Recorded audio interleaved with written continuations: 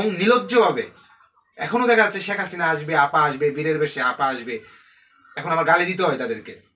যেহেতু এখানে অনেক আমার শ্রদ্ধেয় ব্যক্তিও আমার কথা শুনতে পারেন, তো সেহেতু আমি আর গালি দিলাম না।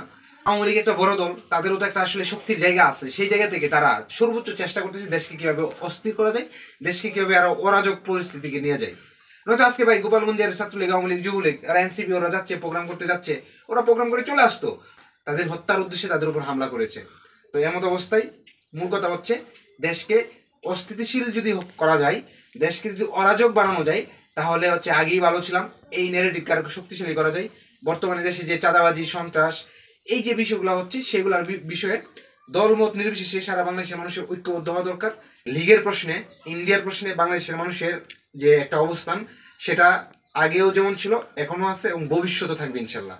রাজনৈতিক প্রতিযোগিতা যাই থাকুক, বিএনপির সাথে আমার মতবিরোধ যাই থাকুক, কিন্তু লীগের প্রশ্নে বিএনপির সাথে আমরা ঐক্যবদ্ধ।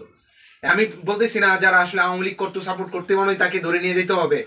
আওয়ামী লীগের যারা সন্ত্রাসী, চিহ্নিত অপরাধী, যাদের নামে অপরাধ আছে, যারা দায়ী কোনোভাবে এড়াইতে পারে না, তাদেরকে অবিলম্বে গ্রেপ্তার করতে হবে।